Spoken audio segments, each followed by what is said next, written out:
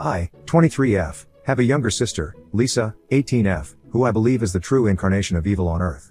I have tried my best to convince my parents over the years to see the truth, but they never believed me, at least until now. For context, my parents and I have always had a somewhat strained relationship, mainly because of Lisa. My parents absolutely adore her because my mother had a miscarriage, and she lost the baby, which deeply affected her. Lisa, born a few years later, was regarded as their miracle child, a beacon of hope and joy that healed the pain of their previous loss. My parents showered her with affection and attention, turning her into the center of our family universe.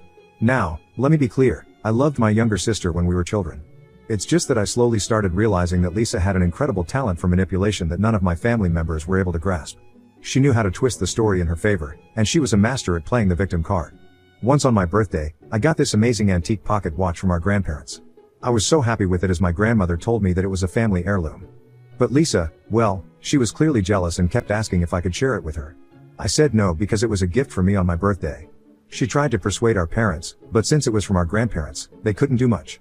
That night, Lisa, who knew I was terrified of spiders, placed a house spider inside my pillowcase, ensuring I would discover it when I went to bed.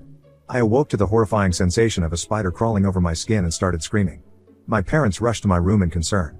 Lisa acted all surprised and caring, but later, she admitted to me with a creepy grin when we were alone, that she put the spider there to teach me a lesson. I was shocked by how casually she confessed, without any remorse. Another time, I remember when I had a crush on my classmate, Mark, and I finally had the courage to invite him over to watch a movie with me. I was feeling all giddy and excited and had carefully picked out a dress to impress him. But, as soon as Mark arrived at our house, Lisa deliberately spilled a glass of juice all over my dress and started laughing at me. I was mortified and had to change, all while trying to hide my embarrassment. As if that wasn't enough, Lisa started telling Mark embarrassing stories from my childhood, making me feel utterly humiliated. She didn't leave us both alone the entire time we watched the movie. When Mark was about to leave, Lisa smirked and told him that he could do much better than me. Mark, who had been uncomfortable the entire time, left in a hurry. I just couldn't believe how cruel and cunning my younger sister could be. Over the years, I told my parents about her antics several times, but they always chalked it up to her being young and naive. They just couldn't see her for who she really was. Whenever I complained, they just dismissed me and thought of me as the troublemaker in the family. So, I eventually stopped speaking up about her. Lisa continued being their favorite child, while I, always straightforward, often felt like the outsider in my own family. I focused on my studies and managed to get into a good college. This gave me a chance to move out of our house and have a better life in college. However, every time I returned home during breaks, Lisa made it abundantly clear that she despised having me back in the house. She would deliberately ignore me, refusing to engage in even the most basic of conversations. During family meals, she would avoid sitting next to me or interrupt me if I was talking to our parents. Her constant need to undermine my presence was evidence that she despised the idea of me being around and was determined to make my visits as uncomfortable as possible.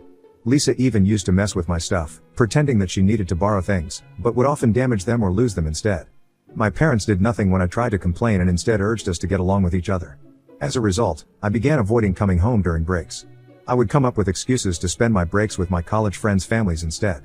Truth be told, my parents didn't mind as much and chalked it up to me being independent and wanting to enjoy some time away from home. When Lisa graduated from high school, she didn't have the grades for college, so she settled for community college instead. This meant that she never had to move out of our parents' place. These days, I am working at a multinational corporation in San Francisco, and I genuinely enjoy my job. I sometimes stay in touch with my parents, but I rarely visit back home. I don't maintain any contact with Lisa whatsoever. Now coming on to the story, my father recently had a near-fatal heart attack. Fortunately, he survived by some miracle and was rushed to a hospital. When my mother called to tell me about it, I immediately booked my tickets and flew back home to be there for them. The doctors prescribed numerous medications for my father and strongly advised him to start working out. Since being discharged, my father has expressed spending more time with us as a family and told me how lucky he was to be saved from the brink of death. I understood where my dad was coming from, so I continued spending a few days at our house. My job has the option to work remotely, so it was no problem. However, I noticed that Lisa was deeply agitated that I was back. I tried my best to avoid her because we were both older now, and I didn't want to argue after our dad's heart attack. One morning during breakfast, my father suggested that we all go on a family vacation as it had been a long time since we all went somewhere together. Initially, I had my reservations, but knowing how important it was to my dad, I agreed. As for Lisa, well, she wasn't thrilled about it, but she had no choice but to go along with the plan. My father made all the arrangements for our flights and accommodations. I had planned my leave from work well in advance and informed my colleagues not to contact me during this time, as I genuinely wanted to enjoy quality time with our parents. However, when we arrived at the airport, I found out that my flight ticket had been cancelled. I exchanged puzzled looks with my father, who who kept insisting that he had booked and paid for my ticket. When we checked further, it turned out that out of the 4 tickets, the one with my name on it in particular had been mysteriously cancelled. As I stood there, trying to comprehend the situation, I looked over at Lisa. She had a sly smile on her face as she stared at me. It was a look I had seen so many times before, the same expression she wore when she had successfully pulled off one of her manipulative tricks. I realized at that moment that she was the one who had cancelled my ticket, probably from my father's computer. I started yelling at her as she continued to stand there smiling at me. I pointed out to my parents that it was Lisa's doing as she never wanted me to go on this family vacation in the first place. Instead of believing me, my mother immediately dismissed my claims, saying your sister would never do something like that. She went on to tell me that I should stop being jealous of my younger sister and that it was just a freak accident that my ticket had been cancelled. My father also tried to justify that this might have been an airline mistake and I should not blame it on my sister. I was utterly frustrated that my parents couldn't fathom that their beloved miracle child would be behind such a deception. At this point, there was nothing that I could do. My ticket was already cancelled and there were no other flights for that day. While it was possible for me to catch a flight the next day, I didn't relish the idea of returning home, booking a new flight, and traveling alone. After all, this was supposed to be a family trip. I was also dreading sharing a room with Lisa during this trip. I had hoped that she had matured over the years, but if she was behind the cancellation of my flight ticket, I couldn't help but wonder what other schemes she might have in store to make my trip miserable. My father was initially hesitant, suggesting they could all go back home and plan a new trip later, but he then started talking about how it had been ages since he went on a vacation. My mother agreed, telling me that I always travel a lot for work, so I wasn't going to miss out on much on this trip if I didn't go. Their comments really got to me. It felt like they wanted me to insist they continue to go on this vacation without me. I told them that they were welcome to continue with their vacation if they wanted, and they readily agreed. Although I didn't want the money they had spent on the tickets and rooms to go to waste, I was sad that they didn't care whether I joined them or not. It became clear that they didn't mind going on this family vacation as a family of 3. So there I was, standing alone at the airport as my parents and Lisa headed for their much anticipated vacation.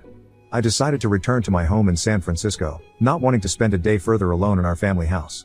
I tried my best to put the incident behind me and focused on enjoying the rest of my leave that I had already taken from my work. I reconnected with old friends and spent my days engrossed in books, turning my break into a solo staycation. During the trip, my parents would sometimes video call me and I could see how much they were enjoying the trip without me. It was like my absence didn't really affect their trip in any way. Although I wasn't too heartbroken about missing the vacation, I couldn't help feeling excluded. It was yet another reminder of the favoritism that had always existed in our family. I hoped that someday they would see through Lisa's true nature, and I guess my wish finally came true. A few days into their vacation, I woke up to several missed calls from my mother. Worried that my father's health might have taken a sudden downturn, I immediately called her back. Thankfully, she picked up, but she sounded extremely distressed. I asked her if everything was okay, and she went on to explain that something deeply troubling had happened. Apparently, my parents had noticed that my father's essential heart medications were disappearing day by day. It was an alarming situation, as my father couldn't afford to miss his medication, given his fragile health. They were in a foreign country and didn't know if the same medicine would be available outside of the US. They were genuinely concerned about the missing pills and searched their room everywhere in vain. My mother had gone to Lisa's hotel room, which was adjacent to theirs, to borrow some sunscreen while Lisa was out. To her utter shock and dismay, she discovered all the missing medicines carefully tucked away inside Lisa's bedside table. It was a chilling revelation, and she immediately called for my father. He rushed in and found all his medication that had gone missing the last few days. I guess this is when the truth dawned on them that their beloved daughter, the so-called miracle child, had been intentionally jeopardizing my father's health and putting him at great risk. My mother's voice quivered as she asked if they should confront Lisa about this. I asked her to not speak to Lisa about this until they were back home. They needed to gather their thoughts, emotions, and evidence to face Lisa with the undeniable truth. I knew that speaking to Lisa now would be futile, as she was a master manipulator and would likely concoct excuses to evade responsibility. However, something unexpected must have transpired that night, and my parents must have confronted her about it. I received a late-night call from my father, his voice trembling as he informed me that Lisa was in jail. I was taken aback. He recounted that Lisa had a full-blown tantrum when they asked her about the medications, throwing objects and shouting insults. Her rage was targeted primarily at my father, accusing him of booking a ticket for me when he should have never allowed me on their family vacation. She told them that if they continued having a relationship with me, she would teach them a lesson that they would never forget. Lisa continued to lash out, and the situation escalated rapidly until someone from the hotel called the authorities. When the officers arrived, she refused to calm down and insulted them, which led her to be taken into custody. Lisa would be released after 24 hours, and there was nothing that my parents could do at the moment. Desperate to return home after Lisa's release, my parents had then tried to reschedule their flight. However, their plans were foiled when they discovered that their passports and wallets were missing. It turns out that Lisa had either discarded their passports or hidden them away, But for now, they were stranded in a foreign country with no passports or wallets. I guess this was the first time that my parents started to see my sister for who she really was. My mother, who had persistently defended Lisa for all these years, was now begging me to help as they didn't have any money or their documentation to fly out of there. She was overwhelmed, shocked, and distraught at the realization of her angelic daughter's true nature. I told them not to worry, and that I would send them money using Western Union, but they had to find their passports first so they could return back home. I was certain that Lisa hadn't discarded them. My parents were finally realizing that I had been the honest one all along about her antics and were grateful that I was helping them out despite them not taking me on this vacation. They apologized for their behavior. While part of me wishes I could forgive my parents, it's hard to shake the feeling that I've been deprived of their love for all these years due to their favoritism towards my sister. So, Ida for not forgiving my parents that they went on this vacation without me, and now that they get a taste of it they come back begging for my forgiveness? Update 1. Every day, my parents call me with updates, and I am growing increasingly anxious about their situation. You see, after Lisa was released from jail the next day, my parents threatened her to give them back their passports or they would call the authorities on her again. Faced with no other choice, Lisa eventually revealed where she had hidden their passports. Upon their return home, my parents confronted Lisa and made it clear that she needed to gather her belongings and leave. It had become abundantly clear that they had reached their breaking point, finally realizing the truth about their daughter's manipulative and harmful actions. She might jeopardize his health again by stealing his medicines. This started another screaming match between Lisa and my parents. During this confrontation, Lisa began to hurl accusations at my parents, expressing her anger and resentment. She told my parents that she didn't want to share them with anyone else and claimed that she had been pushed to the brink when they invited me for the trip. She kept insisting that my parents should disown me, emphasizing that she was more than enough for both of them. It was at this moment that my parents must have realized the depths of her jealousy and the extent to which she resented my place in our family. While they tried to placate her, she kept yelling accusations at them, and in a fit of desperation and anger, she claimed that she would go around telling everybody that they had neglected her when she was a child and mistreated her during her formative years. She was basically going to accuse them of parental negligence. Lisa then threatened to go to the police and make false statements against our parents if they continued to ask her to move out. This genuinely scared my parents, as these fabricated allegations would put them in a difficult position, particularly since they are well-respected doctors in our community. The mere thought of their reputation being ruined by false accusations has since left them feeling trapped and anxious. In the past few days, Lisa has continued to make our parents' lives more and more difficult. When she found out that they were talking to me regularly nowadays, she got really mad and started breaking dishes in anger. What's worse, she keeps stealing their car keys and hiding them, which makes it hard for them to go to work every day.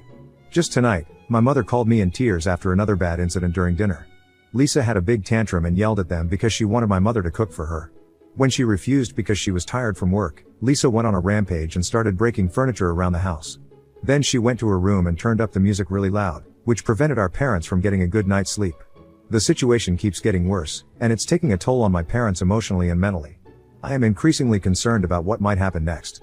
While I had hoped my parents would see Lisa's true nature, I now worry that she could pose a real threat to them. I can't even return home at the moment because it might trigger her further and lead to more explosive confrontations.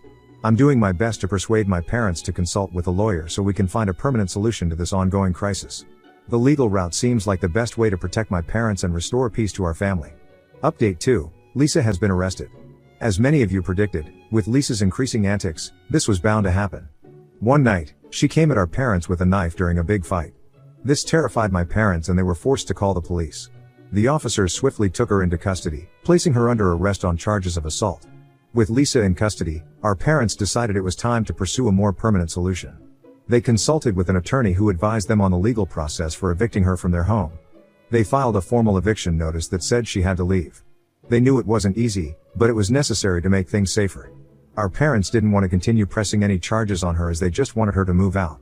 They bailed her out of jail and handed her a formal notice telling her she had to move out. It had all the legal stuff explaining why she had to go and when she needed to leave. My parents made sure they did everything by the book, so Lisa couldn't challenge it. Next, they went to court with their lawyer to start the eviction process. It meant filing a lawsuit against Lisa. This was all pretty hard on my parents since it was their own daughter they were taking to court. They felt really sad, guilty, and like they had no other choice. The court finally gave an official order that said Lisa had to leave the house. If she didn't go on her own, they would have the legal right to make her leave the property. Lisa is going to be out by next week. My parents can finally breathe a sigh of relief, knowing that they have taken a step towards getting their home and peace back. It's been a tough road, but they're hopeful that things will get better once Lisa moves on. I have stayed in touch with them throughout this ordeal and plan on bringing them over to San Francisco for a few weeks. It's a way to give them a break and let them relax after all they have been through. I am sure they could use a change of scenery and some time away from the stress Lisa has caused. Plus, it'll be a chance for us to spend some quality time together, and I want to support them as much as I can. Update 3. I have received hundreds of comments under my post and it's taken me some time to go through them. Many of you have suggested that we should consider getting Lisa checked out to see if there might be a mental health issue at play here. The thing is that since she's an adult, we can't force her to go for a checkup against her will. Due to her sudden violent outbursts, we don't want to push her and make this situation more complicated than it already is.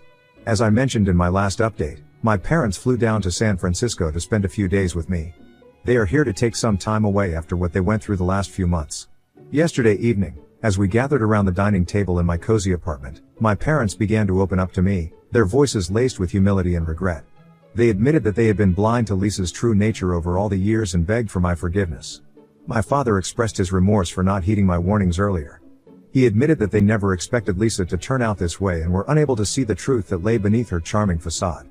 My mother echoed my father's sentiments and acknowledged the gravity of their mistake in dismissing my concerns about Lisa's behavior over the years.